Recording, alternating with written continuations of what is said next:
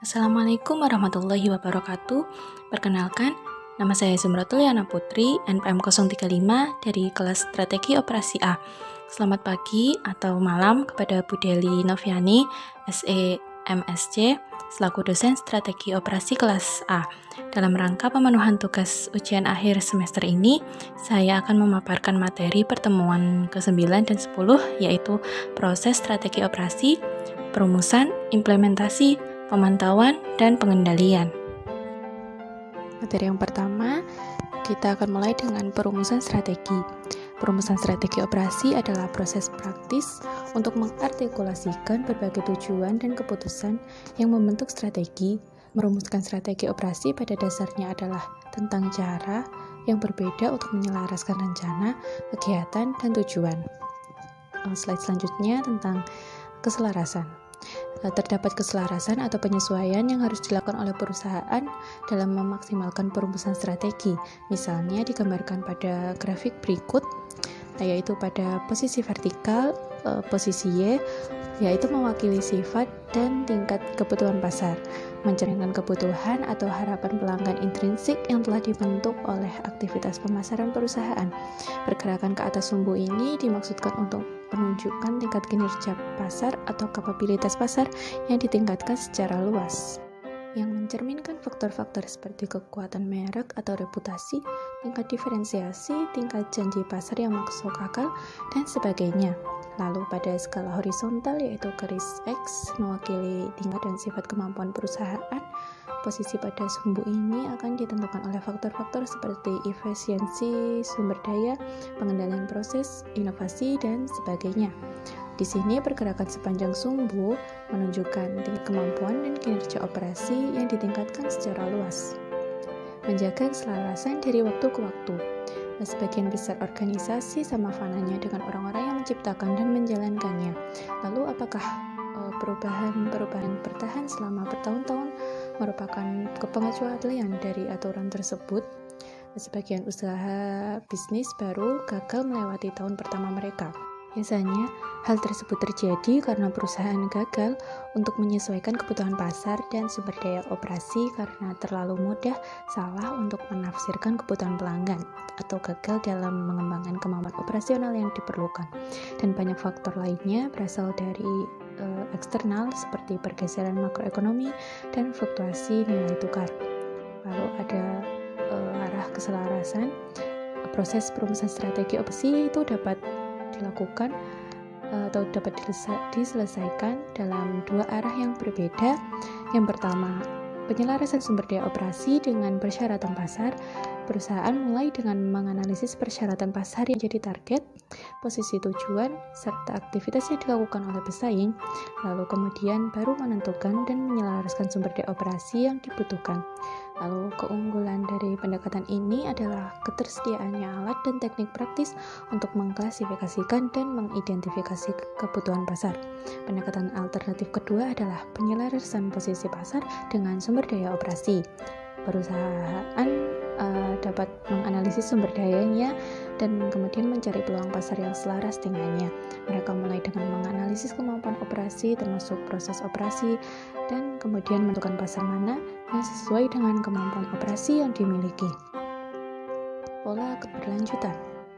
Yang pertama adalah siklus lambat produk dan layanan, contohnya Microsoft Word atau penerbangan British Airways, mencerminkan posisi sumber daya yang sangat terlindungi dari tekanan persaingan dan mekanisme yang tahan lama. Sumber daya tersebut mengeksploitasi karakteristik kelangkaan yang berasal dari faktor-faktor yang tidak mungkin atau setidaknya sangat sulit untuk diru, seperti lokasi geografis yang unik, reputasi merek lama, hubungan klien pribadi, dan sebagainya. Lalu yang kedua adalah siklus standar. Produk contohnya adalah Toyota, McDonald's, dan layanan kartu kredit Visa mengeksploitasi sumber daya yang kurang terspesialisasi dan oleh karena itu menghadapi tingkat tekanan peniruan sumber daya yang lebih tinggi. Perusahaan dalam posisi ini sering menghadapi persaingan langsung selama periode waktu yang lama dan mendorong semacam perang antara saingan. Akibatnya, perusahaan yang sukses cenderung menekankan disiplin dalam operasi dan produk cenderung distandarisasi untuk produksi pada volume tinggi dan sangat berorientasi pada pangsa pasar. Yang ketiga adalah siklus cepat. Produk layanan di kelas ini misalnya iPod, microprosesor, Intel, ponsel, dan instrumen keuangan perusahaan menghadapi tingkat tekanan peniruan sumber daya tertinggi. Produk atau layanan tersebut seringkali didorong oleh ide dan waktu paruh ekonominya biasanya kurang dari 2 tahun. Produk-produk ini tidak memerlukan operasi yang rumit untuk mendukungnya dan semakin banyak dialihdayakan ke produsen yang fokus dan berbiaya rendah. Dua model dasar untuk memastikan keberlanjutan. Yang pertama adalah pendekatan statis atau defensif terhadap keberlanjutan, yaitu mempertahankan posisi tertentu. Mekanisme statis untuk mencapai keberlanjutan berkaitan dengan mencegah bersaing menyerang posisi pasar dan sumber daya yang ada, daripada mencoba pindah ke posisi yang baru. Sebuah operasi dapat berusaha mengidentifikasi mekanisme isolasi pasar atau hambatan untuk masuk dan isolasi sumber daya atau hambatan untuk meniru. Misalnya mempertahankan keunggulan kompetitif sumber daya yang dimilikinya. Lalu yang kedua adalah pendekatan dinamis, yaitu mendorong inovasi dan perubahan. Selain memanfaatkan hambatan masuk dan peniruan yang ada, operasi dapat meningkatkan strategi mereka melalui inovasi dan perubahan untuk mencapai keberlanjutan. Lalu, analisis apa yang diperlukan untuk formulasi? Yang pertama adalah menganalisis kebutuhan pasar. Lalu yang kedua, menganalisis kemampuan sumber daya operasional. Hal ini bisa dilakukan dengan analisis SWOT. Analisis SWOT adalah titik awal yang baik untuk analisis sumber daya operasi. Mekanisme ini secara eksplisit menghubungkan faktor internal, yaitu kekuatan dan kelemahan, dan eksternal, yaitu peluang dan ancaman. Yang selanjutnya adalah apa itu implementasi strategi operasi? Implementasi strategi operasi adalah cara strategi dioperasionalkan atau dijalankan. Ini melibatkan proses yang mencoba untuk memastikan bahwa strategi tercapai. Hal ini penting karena secanggih apapun intelektual dan analitisnya dalam dasar-dasar strategi, itu tetap hanya dokumen sampai telah diimplementasikan. Lalu pertanyaan selanjutnya, siapa yang bertanggung jawab untuk implementasi? Staf dan lini dalam operasi. Orang-orang yang menduduki posisi staf memiliki peran pemantauan, perencanaan, dan pembentukan. Merekalah yang bertugas membangun kapabilitas operasional perusahaan. Mereka mengamati bagaimana pasar bergerak, menilai cara terbaik untuk mengembangkan setiap bagian dari operasi, dan mengawasi perilaku pesaing. Semuanya merupakan tugas yang membutuhkan hubungan erat dengan perencanaan pemasaran, pengembangan produk dan layanan, serta keuangan. Lalu orang yang menduduki peran lini adalah mereka yang menjalankan operasi sehari-hari. Peran mereka sebagian merupakan peran reaktif, salah satu yang melibatkan penemuan cara mengatasi masalah tak terduga seperti realokasi tenaga kerja, menyesuaikan proses, memecahkan masalah kualitas, dan sebagainya. Mereka memastikan bahwa sumber daya tersedia untuk memenuhi target. Selanjutnya adalah 4 jenis fungsi operasi pusat. Operasi pusat cenderung terlibat dalam penyediaan layanan fungsional pusat. Dalam arti luas ini termasuk penyediaan sumber daya pusat yang dapat memberikan saran teknis, kemampuan sistem informasi, layanan pengujian laboratorium, tingkat peningkatan, prosedur kualitas, pelayanan lingkungan, dan sebagainya. Ini juga dapat diartikan sebagai koordinasi umum dari semua kegiatan operasi di berbagai bagian dari perusahaan. Dalam gambar di samping, sumbu Y bagian atas yang berarti top down. Jika operasi pusat memiliki pandangan dari atas ke bawah, kemungkinan besar akan mengambil pendekatan terprogram untuk kegiatannya dengan menekankan penerapan strategi perusahaan secara keseluruhan. Lalu yang bagian Y bawah, yaitu bottom up, jika mengambil pandangan dari bawah ke atas, lebih mungkin untuk mendukung model pengembangan di mana operasi bisnis individu bersama-sama berkontribusi pada pembangunan keseluruhan keahlian operasi. Pada sumbu X di bagian kiri, yaitu fokus sumber daya operasi, berarti menekankan cara di mana setiap operasi bisnis mengembangkan kompetensinya dan berhasil menyebarkannya di pasarnya. Lalu pada sumbu X, bagian kanan yaitu persyaratan pasar. Jika operasi pusat mengambil pandangan kebutuhan pasar dari pengembangan operasi, kemungkinan akan fokus pada kinerja eksplisit yang dicapai oleh setiap operasi bisnis dan seberapa jauh kinerja itu berfungsi untuk memuaskan pelanggan operasi. Lalu ada operasi pusat, yang pertama sebagai pelatih, menginstruksikan operasi dalam pengembangan dan penyebaran kemampuan mereka melalui metode peningkatan standar. Perannya operasi pusat sebagai guru atau konsultan operasi, bisnisnya yaitu murid atau klien. Lalu operasi pusat sebagai penyedia, yaitu mengaktifkan operasi dalam pengembangan dan penyebaran kemampuan mereka melalui saran, dukungan, dan pembelajaran bersama. Perannya yaitu operasi pusat sebagai mentor operasi, bisnisnya adalah anggota masyarakat. Yang ketiga adalah sebagai gubernur, yaitu mengontrol kinerja operasi dengan menetapkan prioritas yang jelas dan mengukur kinerja terhadap target. Perannya operasi pusat sebagai utusan atau hakim operasi, lalu bisnisnya itu penerima atau tergugat. Yang keempat adalah sebagai kurator, yaitu memelihara kinerja operasi dengan mengumpulkan data kinerja dan mendistribusikan informasi kinerja komparatif. Perannya operasi pusat itu sebagai perekam atau analisis, lalu operasi bisnis ialah sumber informasi. Selanjutnya, apa perbedaan antara pemantauan dan pengendalian operasional dan strategis? Pemantauan dan pengendalian strategis melibatkan pemantauan dan evaluasi kegiatan, rencana, dan kinerja dengan tujuan tindakan korektif di masa depan jika diperlukan. Prosedur harus mampu memberikan indikasi awal atau lonceng peringatan dengan mendiagnosis data dan memicu perubahan yang sesuai dalam cara penerapan strategi operasi. Lalu pada tingkat operasional, setelah membuat rencana untuk operasi, setiap bagian harus dipantau untuk memastikan bahwa kegiatan yang direncanakan akan benar-benar terjadi. Setiap penyimpangan dapat diperbaiki melalui semacam intervensi dalam operasi, sehingga akan membawa operasi kembali ke jalurnya, yang mungkin akan melibatkan beberapa perencanaan ulang. Setiap penyimpangan dari setiap kondisi diperlukan jenis kontrol yang berbeda. Yang pertama, kontrol ahli. Jika tujuannya tidak ambigu, namun efek intervensi relatif dipahami dengan baik, tapi aktivitasnya tidak berulang, misal memasang teknologi baru untuk perusahaan, seperti ERP, kontrol dapat didelegasikan ke seorang ahli, yaitu seorang yang kegiatannya berulang karena mereka telah membangun pengetahuan mereka dengan pengalaman sebelumnya di tempat lain. Yang kedua adalah kontrol coba-coba. Jika tujuan strategis relatif tidak ambigu, tapi efek dari intervensi tidak diketahui, sementara aktivitasnya berulang, organisasi dapat memperoleh pengetahuan tentang bagaimana mengendalikannya dengan sukses melalui kegagalannya sendiri. Dengan kata lain, organisasi dapat belajar bagaimana melakukannya melalui pengalaman. Yang ketiga, kontrol intuitif.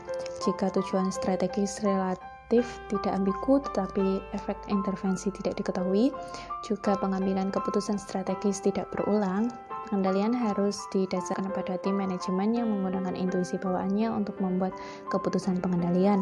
Dibutuhkan juga analisis keputusan yang menyeluruh untuk membuat keputusan, membuat koreksi, konsekuensi dipahami, dan wawasan diperoleh. Dengan kata lain, naluri mungkin berkembang paling baik bila digunakan dalam konteks keterampilan pengambilan keputusan yang halus.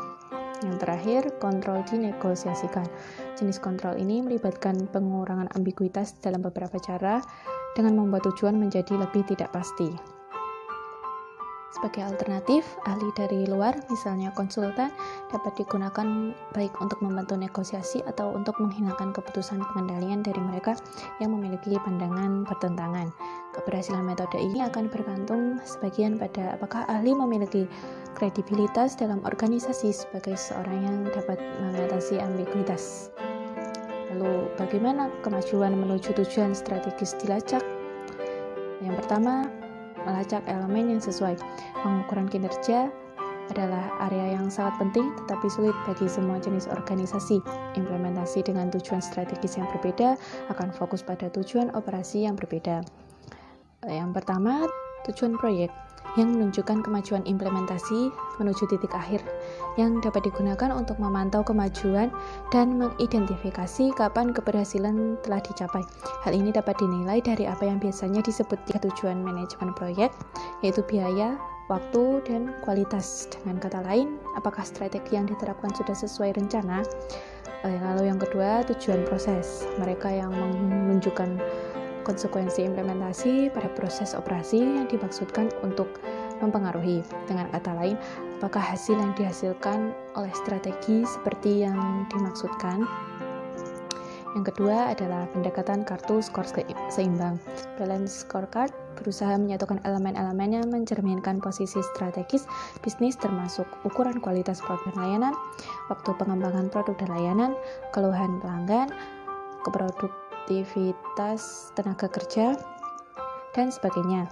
Keuntungannya adalah menyajikan gambaran keseluruhan kinerja operasi dalam suatu laporan dan dengan komprehensif dalam ukuran kinerja yang digunakannya mendorong perusahaan untuk mengambil keputusan demi kepentingan seluruh organisasi. 6 aspek risiko yang relevan dengan strategi operasi. Tugas utama bagi manajer manapun yang ditugaskan untuk menerapkan strategi operasi adalah memikirkan potensi risiko yang mungkin membuat implementasi keluar jalur. Pertama, dinamika pemantauan dan pengendalian. Saat implementasi berjalan dan pemantauan menunjukkan kemajuannya, lintasan implementasi mungkin harus diubah. Aktivitas kompetitif atau perubahan lingkungan yang lebih umum dapat mempengaruhi tingkat kinerja yang diperlukan. Yang kedua, kinerja pasar dan operasi menjadi tidak seimbang. Selama implementasi, ketika ada perubahan dalam posisi pasar dan sumber daya operasi, kemungkinan terjadi penyimpangan line of it. Ini mungkin karena beberapa bagian dari implementasi tidak sesuai rencana. Penyimpangan dari keselarasan antara persyaratan pasar dan sumber daya operasi menghadapkan perusahaan pada risiko. Yang ketiga, risiko murni dan spekulatif. Risiko murni adalah risiko yang melibatkan peristiwa yang hanya akan menghasilkan kemungkinan kerugian. Risiko spekulatif adalah risiko yang muncul dari skenario kompetitif dan menyimpan potensi kerugian atau keuntungan. Yang keempat, mengontrol risiko. Bisa dilakukan dengan yang pertama, strategi pencegahan, di mana operasi berusaha untuk sepenuhnya mencegah atau mengurangi frekuensi suatu peristiwa yang terjadi. Yang kedua, strategi mitigasi, di mana operasi berusaha untuk mengisolasi atau memisahkan sesuatu peristiwa dari kemungkinan konsekuensi negatif. Dan yang ketiga, ada strategi pemulihan, di mana suatu operasi menganalisis dan menerima konsekuensi dari suatu peristiwa, tetapi berusaha untuk meminimalkan, meringankan, atau mengkompensasinya, misalnya permintaan maaf, pengembalian uang, pengerjaan ulang produk atau layanan, atau memberi kompensasi. Risiko selanjutnya adalah risiko biaya penyesuaian. Biaya ini mencakup biaya langsung atau investasi untuk menyediakan sumber daya tambahan apapun yang dibutuhkan strategi, juga apa yang bisa disebut biaya penyesuaian untuk membuat perubahan apapun. Yang terakhir ialah risiko intervensi, mengembalikan performa ke jalurnya. Pemantauan melibatkan pelacakan bagaimana implementasi berjalan. Kontrol membutuhkan keputusan dan intervensi diperlukan keputusan apakah akan melakukan intervensi atau tidak, serta bagaimana melakukan intervensi. Lalu selanjutnya ialah bagaimana pembelajaran berkontribusi pada pengendalian strategis. Yang pertama, bagaimana strategi operasi dapat mendorong pembelajaran yang diperlukan untuk memastikan bahwa pengetahuan operasi dibawa ke depan dari waktu ke waktu. Dalam lingkungan yang tidak pasti, kemampuan organisasi untuk merencanakan atau membuat keputusan terbatas. Jadi lebih baik untuk beradaptasi saat keadaan berubah. Semakin tidak pasti lingkungan, semakin operasi perlu menekankan fleksibilitas strategis dan mengembangkan kemampuannya untuk belajar dari peristiwa. Fleksibilitas strategis ini bergantung pada proses pembelajaran yang menyangkut pengembangan wawasan dan pengetahuan dan membangun hubungan antara tindakan masa lalu, hasil tindakan tersebut, dan niat masa depan. Yang kedua, bagaimana strategi operasi memastikan bahwa organisasi mengambil manfaat kompetitif. Manfaat bagi pelanggan adalah akses cepat ke keahlian pemasok kaya pada berbagai masalah produk saat ini dan masa depan.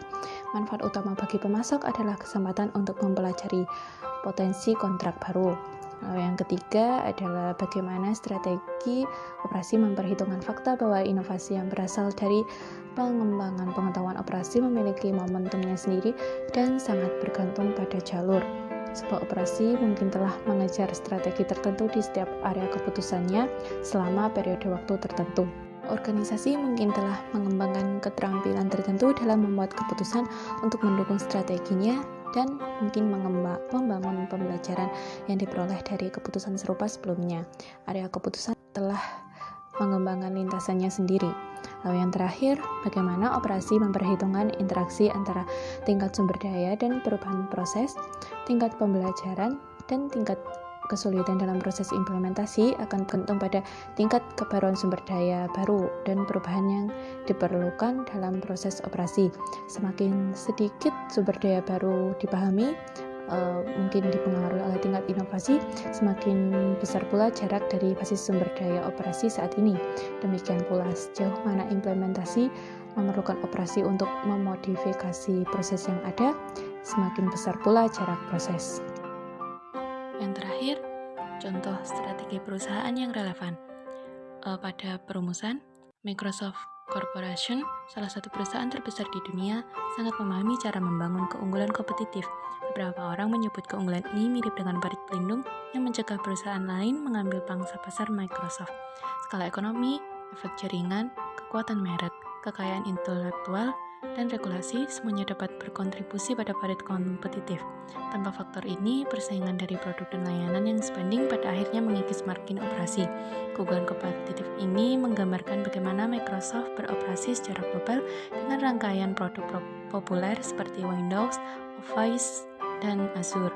Efek jaringan, skala ekonomi, dan branding yang kuat semuanya menguntungkan Microsoft, tetapi beroperasi di pasar yang sangat kompetitif yang berubah dengan kecepatan yang semakin cepat, sesuai dengan kondisi siklus cepat, sehingga Microsoft harus mencegah dan membatasi terjadinya peniruan sumber daya yang dimiliki. Selanjutnya, pada implementasi, Microsoft memiliki pusat operasi yang mendukung semua operasi di wilayah mereka, termasuk kontrak pelanggan dan pemrosesan pesanan, kredit dan penagihan, pemrosesan informasi, serta manajemen vendor dan logistik. Selain pusat operasi, mereka juga mengoperasikan pusat data di seluruh wilayah Amerika, Eropa, dan Asia untuk melayani kebutuhan pelanggan di seluruh dunia dan untuk meningkatkan kualitas dan kegunaan produk di pasar internasional. Microsoft melokalkan banyak produk untuk mencerminkan bahasa dan konvensi lokal. Melokalisasi produk mungkin memerlukan modifikasi antarmuka pengguna, mengubah kotak dialog, dan menerjemahkan teks. Yang terakhir, pemantauan dan pengendalian. Microsoft memiliki tim pakar pemantauan dan pengendalian risiko, yaitu Microsoft Compromise Recovery Security Practice atau disingkat CRSP, adalah tim pakar keamanan cyber di seluruh dunia yang beroperasi di sebagian besar negara, baik di organisasi publik maupun swasta, dengan keahlian mendalam untuk mengamankan lingkungan pasca pelanggaran keamanan dan untuk membantu mencegah pelanggaran sejak awal. Jenis proyek utama yang dikerjakan adalah pemulihan kompromi, yaitu memberi pelanggan kembali kendali atas lingkungan mereka setelah kompromi, pemulihan ransomware yang cepat, yaitu pemulihan aplikasi penting bisnis dan membatasi dampak ransomware, perburuan ancaman tingkat lanjut, yaitu secara proaktif mencari keberadaan pelaku ancaman tingkat lanjut dalam suatu lingkungan.